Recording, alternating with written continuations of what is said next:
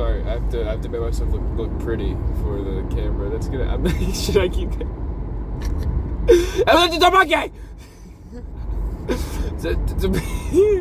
What a funny way to start this off. What's up, everybody? I'm your boy Church. I wasn't gonna do a video about this yet because I wanted to wait until I took the time out to actually sit there and like write down a bunch of notes throughout all the songs and just like get like a bunch of stuff throughout like the entire album, because I have a lot to say about this new album. I many of you may not know this. I am not, even though a lot of the videos considering music recently that I've made have been concerning the Kendrick and Drake beef, I am actually not a Kendrick stan. I'm actually not that big of a fan of Kendrick. I love Kendrick Lamar. I think he's a good rapper. I think he's one of the greatest rappers of our time, of our generation, of my generation specifically. Not like the after generation, like the Lil Pumps, the Lil Nas's, the Lil Uzis, not that, but like the Kendricks, the Drakes, the Eminems, the Waynes, that generation of people. I think he's a good one. But I'm actually a very big Eminem stan. I would go so far as to call myself a dick rider. I will fucking wear that title as a crown. I love this man. He lyrically is one of the greatest rappers I've ever seen in my life, and I've ever heard in my life. I have yet to actually see him in concert. The only rapper I've ever seen in concert is Logic, which is another one of my favorite rappers. But is a good concert too. But I love Eminem to death. I have like 3 sweatshirts of his from the albums, and I bought the newest one. It cost me like $100. So if that doesn't showcase whatever, it's saying I know a lot of stuff about his life. I listen to his music consistently. I even have a whole video dedicated to one of his songs because it's one of my favorite songs of all time, which is Mockingbird, which is actually a good segue for me to stop rambling and get into the point of this video. So like I said, I wanted to make a video about the entire album, the entire track list, and everything that was on it, because again, I do have a lot to say. I think by far this is one of his better ones that he's dropped recently.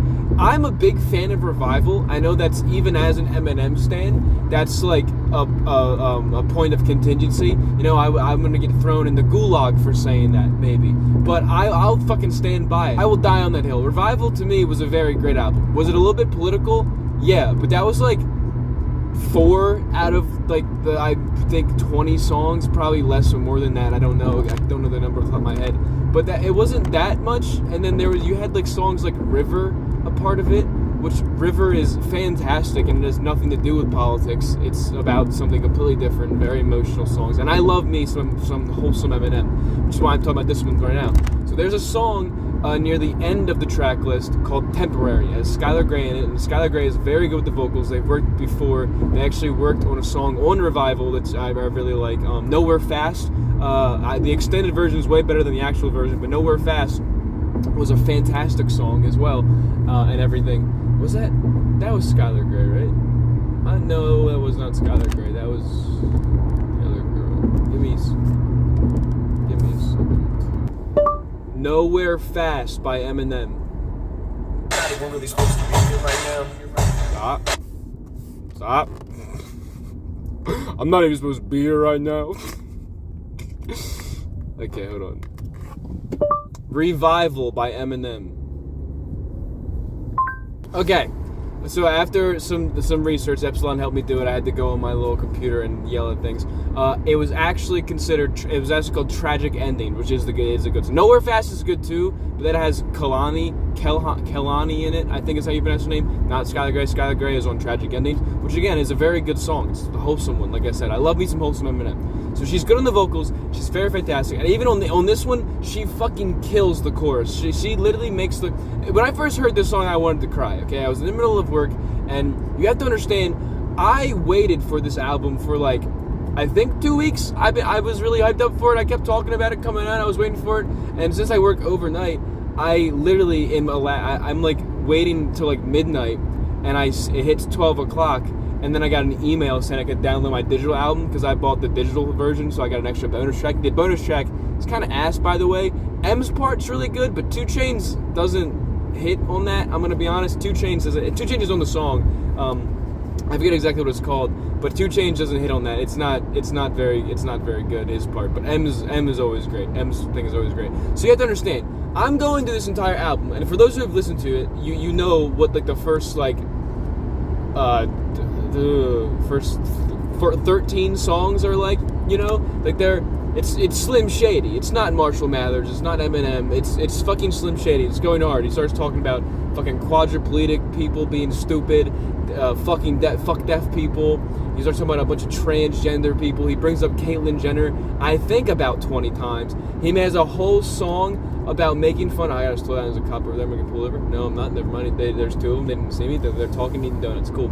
He has a whole song about, this song about Christopher Reeves on it called Brand New Dance, which is actually, by far, it is technically my favorite song on the album because I listen to it a lot more, but it's like my favorite song to vibe out to. This is my favorite song to just listen to in general. Like, this is my favorite song off the entire album, but my Brand New Dance is my favorite vibe one. Brand New Dance, fun fact, was actually a song that was taken off of Encore because he didn't want to, you know, be too vulgar or be too offensive.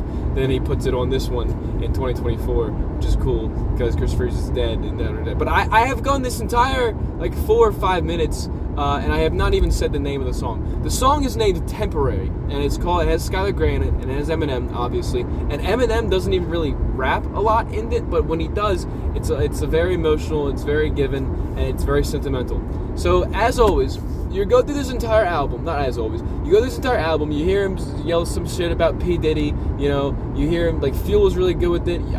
Did he really just say the R-A-P-E-R without the P, did he? And then he does the whole thing with the big ups to Tupac and Biggie and everything like that. And you hear him talk about the trans people, you hear him say Caitlyn Jenner wants to punch him in the face, and you hear all this bullshit. And then you get to this song, and it starts out very slow and everything, and he's like, you know, people ask me all the time if I thought about death, and it makes you think of Still Don't Give a Fuck, where he's like, people ask me if I fucking kill you, or do I think about dying all the time, from the Slim Shady LP. So you're in your head, you're like, okay, I just heard him rip on fucking Kins Owens and all these other bullshit people for like 40 minutes. What's going on here? What's the twist gonna be? There's no twist, because Eminem always has to come out with a nice, soulful song for his daughter. There's When I'm Gone, there's Mockingbird, Haley's song, My Dad's Gone Crazy, stuff like that. But he always has to come out with one of them. He always had to have one on every album. Every album, I think, he has a song dedicated to Haley. And Lainey too, but it's mostly Haley, but he does mention Lainey a lot. Now, Mockingbird is one of my favorite songs, and Temporary is slowly becoming another one of my favorites by Eminem. It's just so good with the way he's wording it, and even the chorus coming in, where with Skylar Grey, it's just like, when your heart breaks, it ain't broken forever. It takes time, but you gotta put the pieces back together and everything. And if you haven't got really what the song is about, Temporary is talking about death and everything, and he opens the song with people asking if I care about death, and then he says this song is for Haley. And the song is about Eminem giving like his last final thoughts and his last final, like, the things he would want to say to Haley on the deathbed, or not even on his deathbed, because he's gonna probably see her on his deathbed. But it's something more than that. It's he's trying to just, it's a song that for her to play after he dies, so she knows exactly how he cared for her and all the things that he wanted to say. And just, it's not only is it that song like that, it's also mixed in with a bunch of old VHS clips that people have probably seen over the years. If you were really big into Eminem, you've probably seen them pop up every now and then. But I don't think I've seen these ones specifically, because like there's one where he pops up and he's like, I'm looking for Haley, and he's like, I'm not Haley. Who is it? I'm Monster, and everything like that. And it's such just a sweet message to give. Like, if I was Eminem's daughter, I would be weeping right now listening to that song and everything. You know, and she probably got so much, she probably doesn't even care anymore. Em just does it to do it and everything. But it's just a fantastic message that is sending across, and it just feels very, very genuine. And I love how, while Skylar Grey is singing her chorus about like your heart breaking and making it take time, how you fall asleep, you know, you'd be left out of misery, and you know, it's like you just wait for the rain to stop and stuff like that. Like, all of the metaphorical stuff of people trying to get over things, and then the whole song is like Em being like, look, I'm gonna be gone, I'm gonna do whatever, but make sure you take care of your sister, your uncle, whatever. You're the greatest thing that happened to me. I want you to carry on my legacy and stuff like that. Carried like, and throughout it, it's mixed in with a bunch of VHS clips of her when she's like a little kid, and then you have the whole bar of when he says, and listen to me when I say, straighten up, little soldier, which is a callback to Mockingbird, which is probably, if I had to say, maybe this is a hot take, I don't know, probably the best song he's ever made for Haley. Literally, I know a lot of people love When I'm Gone, because When I'm Gone is way longer and it has a broader message to it, but Mockingbird was like the first one I can really remember where he just set the whole song. He told everyone about his life and growing up with Haley, and he references his own life growing up and how he's trying not to have her go through that and stuff like that. And like he talks about Kim and how she was always on the news when she was going through her little drug thing, and then he was always on the news too because he was a big rapper, and how he couldn't see her often because he was too busy making music. And then When I'm Gone just touches on that again, but like puts a little more broader sense into it. And the video for When I'm Gone is also really cool. And the video for Mockingbird, honestly, it's actually really weird now that I'm thinking about it, because the video for Mockingbird is, if I remember correctly, is Eminem sitting on a couch watching VHS clips of Haley, which might be the same VHS clips that he's taken the audio from for Temporary, hence why he added the bar of Straighten Up, Little Soldier. I might have just game theoried that right there, maybe off the top of my dome. I didn't think about that before till just now. But like I said, it's a really fucking wholesome song. It's a really good one. If you're going to listen to any song off of the album, I highly recommend listening to Temporary. I also recommend listening to Brand New Dance and Fuel. They're a couple of my favorites. Forky liked Evil. So and I listened to it again afterwards. I guess I needed to give it a second listen. A lot of the songs you kind of get to listen to a second time, which is a weird thing to say.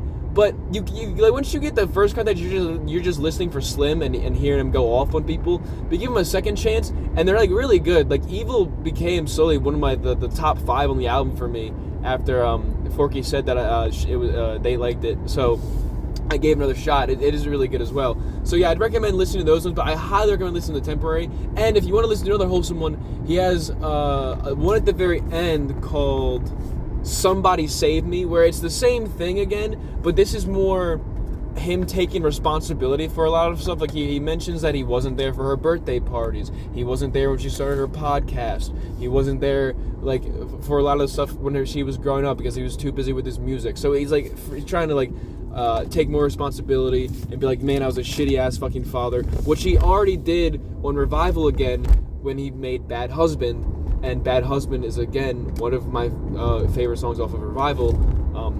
It's all just really good. Like I said, I love me some Wholesome Man. I love me some deep down sentimental Slim Shady.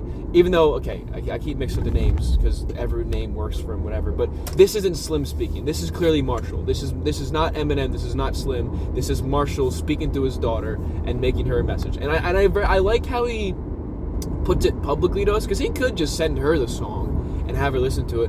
But I like how he puts it out publicly, so we also see the care that he has for his daughter, and it also resonates with certain people. You know, this song could resonate with anyone when you feel like it's like a message you want to write to people before you go away and before they might not ever see you again. And he's putting it out there, and I enjoy how it works, and I enjoy the sentimentality of it. And I probably said the same words throughout this entire thing. I'm gonna guess it's gonna be about 12 minutes.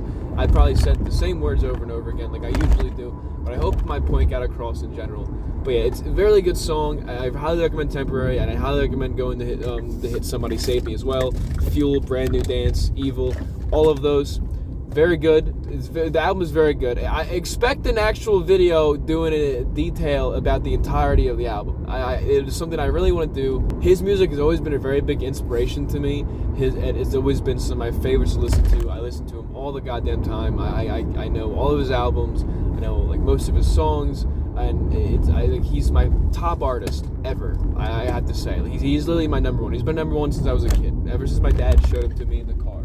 When I was like a 6-year-old. Like, I have a funny story with Eminem too. You know, I'll add it, since I'm doing my rambling bit right now, I'll add it to the end here. The way I found out who Eminem was I was, I think, maybe 6 or 8 years old, and my dad was really into Eminem, because, you know, he's a white dude growing up. Well, not white dude growing up. I was a white dude growing up.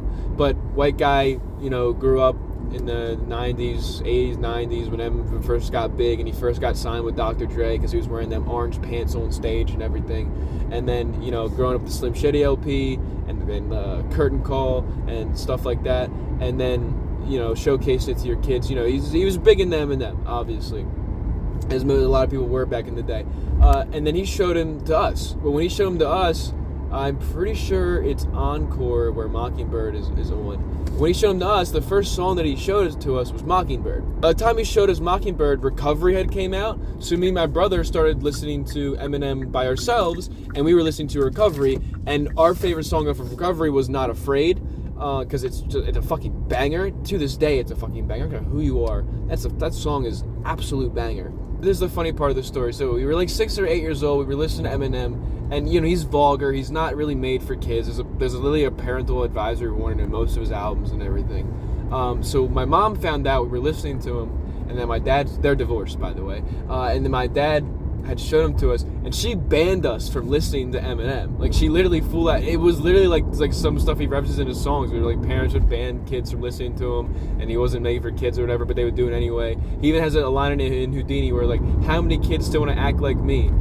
Which is it's another reference to another song of his where he's like, don't you want to grow up and be just like me? And stuff like that from the Slim Shady LP. And whenever he does that bar, I always point to myself because of this reason. Yeah, so my mom banned us from listening to Eminem. She would hear and listen to it, and she would get really angry. She would really punish us for it. They used to steal our phones. That's back when DSs were really popular. She would take our Xbox 360 controllers away and everything, so we couldn't play Gears of War and everything.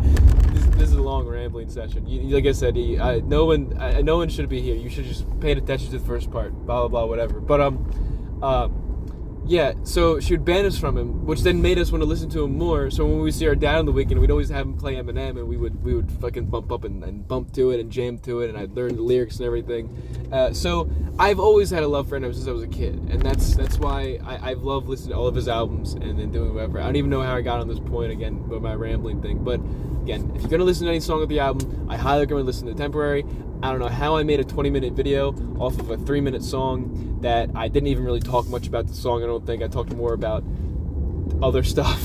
But expect an actual deep dive video.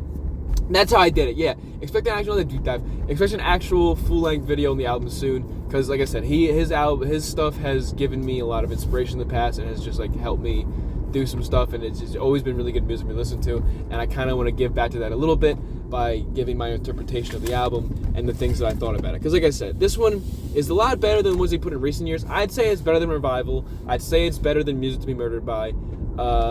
Not Music to Be Murdered By the deluxe edition, because I do like the side B tapes. A lot of them, they are pretty good. But the first like iteration of Music to Be Murdered By, Music to Be Murdered By, is probably better than that. But you know, not better than Recovery, not better than Marshall Mathers LP2. I'd say it's probably better than Curtain Call. I'd say I think it's better than Curtain Call because Curtain Call has FAC on it. Oh, but it also says When I'm Gone, doesn't it? You know, I don't know. That's why I got to do the thing. But yeah, expect an actual video on the entire album soon. I really plan on doing it. And man, I do wrap this up really nicely because I literally just arrived home, and you guys are gonna get to see Yippee. Let's get him in here for the outro. Let's get him in here. Yeah, I gotta trick him. Come on, I gotta trick you. I have to trick you because I need you in there for the outro, so I can put cat in the thumbnail. No, come on, get up here. No. Look, eat the lollipop. Eat the fucking lollipop. No, don't hit the lollipop with your head. You eat the lollipop. Eat it. Eat it! You're a bozo. Thank you guys for watching. If you did, I really appreciate it. I'm sorry that I rambled on way too much at the end there for like a goofy little story, but I think my brain sometimes works that way where I keep talking so much and then a story pops in my head, like an old memory pops in my head that I really want to talk about, and then I just keep talking about it for a long time. So thank you guys for watching. If you did, I really appreciate it. You should go check out the album. Thank you for all the support recently. I think it's really good. And I think that's it. You have anything to say yet? Nope. He's just going to hit his head against the steering wheel. Peace.